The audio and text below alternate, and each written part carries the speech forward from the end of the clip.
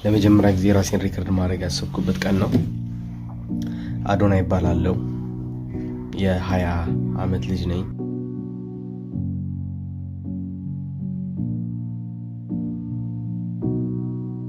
በምፈልገው አይነት ሁኔታ አይደለም ያለሁት።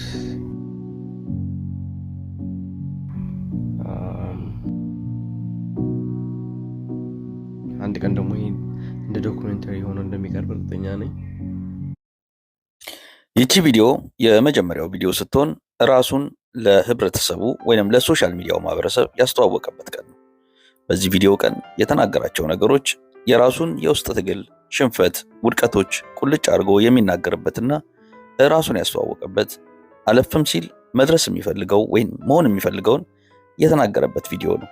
በእርግጥ እንደነዚህ አይነት ቪዲዮዎች ለእንደኛ አይነት ማህበረሰብ ከበድ እንደሚሉ ይታወቃል። ማንም ድካሙን ወይንም ያለፈበትን መናገር በድፍረት በማይቻልበት በእንደኛ አይነት ማህበረሰብ እንዲህ አይነት አቀራረቦች በእርግጥም አስቸጋሪዎች ናቸው። ስለናንተ ምንም አያስቡም። ሰው ምን ይለኛል ብላችሁ አትጨናነቁ። ይኸው ዘፈን ከፍታለሁ፣ እጨፍራለሁ፣ ሰው ያየኛል፣ እብዱ ነው ይለኛል። who cares look see ማንም ግድ አይሰጥም። ሁሉም ሰው የየራሱ ህይወት እየኖረ ነው። እዩት ስፒከር የአዶናይ ጭብጥ ወይንም የአዶናይ ሊናገር ከሚፈልጋቸው መልእክቶች አንዱ ማንም ስላንተ ግድ የለውም። እቺ ዓለም እዚህ ጋር ወደክ አለቀስክ ተንፈራፈርክ ስላንተ ማንም ግድ የሚለው ዓለም ውስጥ አይደለም ያለው። ስለዚህ መጨነቅህን አቁመ በራስ ላይ አተኩር የሚል ከምሬት ወይንም ደግሞ ከመገለል ወይንም ማንም ትኩረት አይሰጠኝም ከሚል የሚመነጩ ሪአክሽነሪ ሐሳቦች ናቸው ማለት ይቻላል። ይህ ልጅ ወይም እንደ ወጣት መቀየር የሚፈልግ መድረስ የሚፈልግባቸው መንገዶች በራሱ እንዳገኘ የሚሰማው ሲሆን ለዚህም በእስራት ውስጥ ያሳለፋቸውን ህመሞች ማንም እንደማይረዳውና አይዞህ እንዳላለው ያለፈበትን መንገድ ሲናገር ይታያል። አሁን ባለንበት ማህበረሰብ እያንዳንዱ ወጣት ከሚቸገረው ችግር ውስጥ አንዱ አለውልህ፣ ከጎን ነኝ፣ ምንም አትሆንም፣ እዚህ ትደርሳለህ ብሎ የሚያጽናና ባለመኖሩ ብዙውን ጊዜ ወጣቶች እንዲህ አይነት ስቃዮች ሲሰቃዩ ይታያሉ። ይህ ወጣት ከነዚህ ወጣቶች ውስጥ አንዱ በመሆኑ በድፍረት ይህንን ማህበረሰብ በአንድም በሌላም በኩል እየወቀሰ እየሄደበት ያለ መንገድ ይታያል። ደደብ ሁኑ፣ ድድብ ማለት ነው። ስሙ፣ ማሰብ አቆሙ። አብዛኞቻችሁ ማለት ነው ከመጠን በላይ ታስባላችሁ። የኔ ሳይንቲስቶች ስሙ፣ ሳይንቲስት መሆን አቆሙና ማለት ነው ድድብ ስትል ገንዘቡ ምጥት። አሳቢ ስትሆንስ ጓደኛዬ እንትን ቢያደርገኝስ እንደዛ ቢያጋጥመኝስ ካልኩሌት። እንግዲህ በእንደነዚህ አይነት ማህበረሰብ ወይንም አሁን ባለንበት ማህበረሰብ ብዙ ወጣቶች ከሚቸገሩት ችግር ውስጥ አንዱ በሚጨነቁት በሚያሳልፉት መከራ ወይንም ትራውማ ውስጥ ማንም ሰው ከጎናቸው እንደማይገኝ የሚሰማቸው ብዙዎች ናቸው። ብዙዎች በእንደዚህ አይነት ስቃይ ውስጥ ወይንም ሊናገሩት በማይፈልጉት ሰቆቃ ውስጥ ሲያሳልፉ ብዙውን ጊዜ ይታያሉ። ነገር ግን ይህንን የሚያሳልፉትን ሰቆቃ፣ ስቃይ፣ የውስጥ ህመም ለማንም በግልጽ አይናገሩም። ቢናገሩም የሚረዳቸው ማህበረሰብ ምን ያህሉ እንደሆነ እግዚአብሔር ይወቀው። ስለዚህ ይህ ልጅ በእንደነዚህ አይነት ሁኔታ ውስጥ ራሱን ገልጾ ወይንም የመጣው ይምጣ በማለት ሐሳቡን ሲገልጽ ይታያል። ምናልባትም አንዳንዶች ይህንን በመናገሩ ራሱን በራሱ እየመከረ ነው፣ እሱ ራሱ መመከር ያለበትና መጽናናት ያለበት ነው። ነገር ግን እንደነዚህ አይነት ሰዎች ካጎኑ ስላላገኘ ራሱ በመጫውና በመሰለው ነገር ለራሱ ፈውስ እየሰጠ ነበር የሚሉም አሉ። ያም ሆነ ይህ አዶናይ የሚናገራቸው ንግግሮች እንደ ማህበረሰብ የተገለሉ መስማት የማይፈለግ ወይንም በድብቅ የሚወሩና ሁላችንም ወይንም አንዳንዶቻችን በውስጣችን የምናብሰለስለው ጉዳይ እንደሆነ ይታወቃል።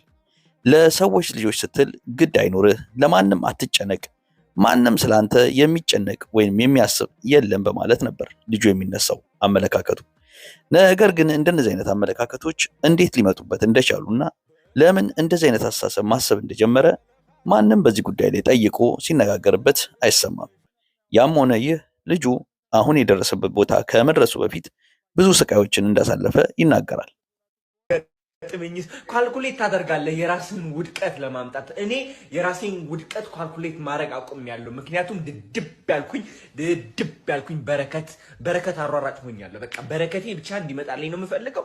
ሌላ ነገር ግዴታ የለኝም። ድድብ ማውራ ነገርም ለራሱ አላቅም። በቃ እናገራለሁ ካሜራዬን ከፍቼ። አሁን የተናገርኩት ነገር እኮ አንዳንዱን ያናድድ ይችላል፣ ግን አንዳንዱ ያናድዳል።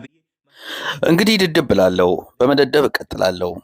ቀጥሎም በአዶናይ የታወቀችዋን ቃላት ወይንም ከዚህ በፊት ብዙዎቻችን ለተለያየ ነገር ስንጠቀምባት የነበረችውን ሰገጤ ወይንም እሰግጣለሁ የሚለውን ፖፑላር አድርጓታል። ለዓላማዬ ልደርስበት ስለምፈልገው ነገር እሰግጣለሁ፣ ማንም አያስቆመኝም፣ እደድባለሁ፣ ከአቅም በላይ በማሰብ አልጨናነቅም፣ የምፈልገውን ለማድረግ ስለማንም ምንም ነገር ማሰብ አልፈልግም፣ እሰግጣለሁ በማለት ደጋግሞ ይናገራል። እነዚህ ቃላትን አጠቃቀም ወይንም ሰገጤ፣ ሰገጠ የሚለውን ቃላት አጠቃቀም እሱ የተጠቀምበት መንገድና ሰዎች ሊረዱት የፈለጉበት መንገድ ይለያያል። እስቲ እንስማው።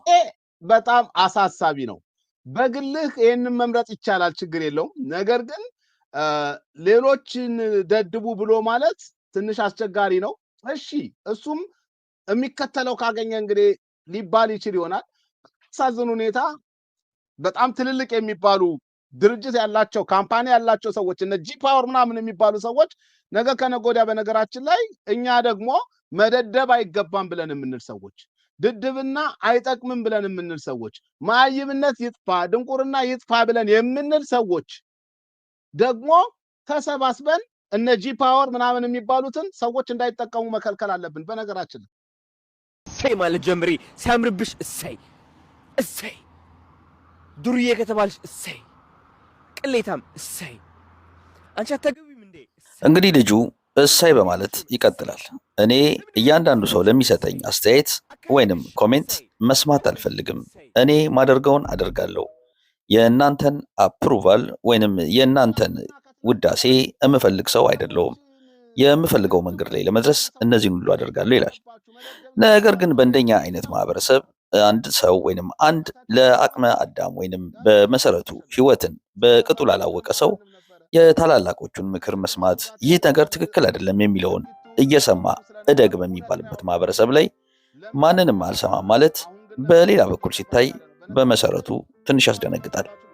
ያም ሆነ ይህ ልጁ እሰግጣለሁ፣ ስለሆነም እፈምሳለሁ፣ ወጣቶች ሰግጡ፣ ከሰገጣችሁ በኋላ ትፈምሳላችሁ የሚል ምክሩን ቀጥሎበታል። ለዚህም አሁን አዲስ ቱር ሰግጥ ፈምስ የተባለ ቱር እንዳዘጋጀና ይህም ቱር ግን በተለያዩ ሰዎች ተቃውሞ እየደረሰበትና መቆም እንዳለበት እየተነገረ ይሰማል። ያም ሆነ ይህ ወጣት እዚህ ድረስ ማነጋገር የቻለ ሆኗል።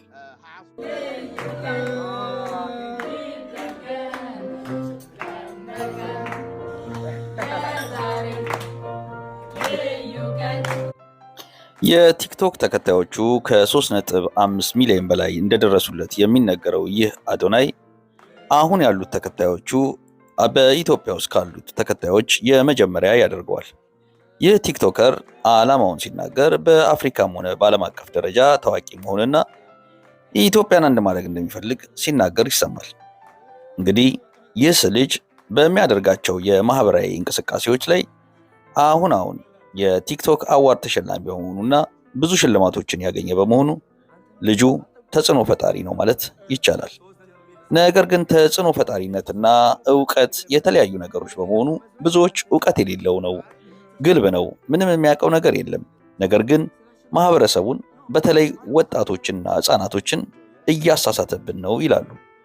ይህ አስተያየት ልጁ ምንም አይነት የዕውቀት ወይንም የትምህርት ጠል ነው፣ ማንም ሰው እንዲማር ረጋ ብሎ ዕውቀትን እንዲይዝ ሳይሆን የሚመክረው በግልብ ነገሮችን እንድናቅና ይህንን ወጣት ወይንም ህፃናትን ተጽዕኖ እያደረገባቸው ነው በማለት ይተቹታል።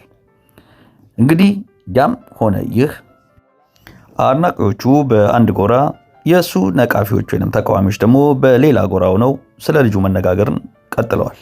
ድካም እያላችሁ ከሆነ እንጀራ በልታችኋል ማለት ነው። ጭንቀት እየተሰማችሁ ከሆነ እንጀራ በልታችኋል። አሁን እንቅልፍ እያላችሁ ከሆነ እንጀራ እየበላችሁ ነው ማለት ነው። ለምን ይመስላችኋል እኔ ስጋ የምበላው? ለምን ይመስላችኋል ዶሮ የምበላው? ጥሬ ማለት ነው፣ ያለምንም መጠቅለል፣ ዳቦ ሳልጨምር፣ እንጀራ ሳልጨምር። ለምን ብላችሁ ትጠይቃላችሁ። ግን ጤናዬ ስላስተካከለልኝ ነው። ኢነርጂ ማለት ነው እንደ ህፃን ልጅ ነው። በቃ እኔ ዋክስ ያደርግ ብትሉ፣ ስሮጥ ብትሉ፣ ጂም ስሰራ ነው የምውለው። ድካም የለኝም።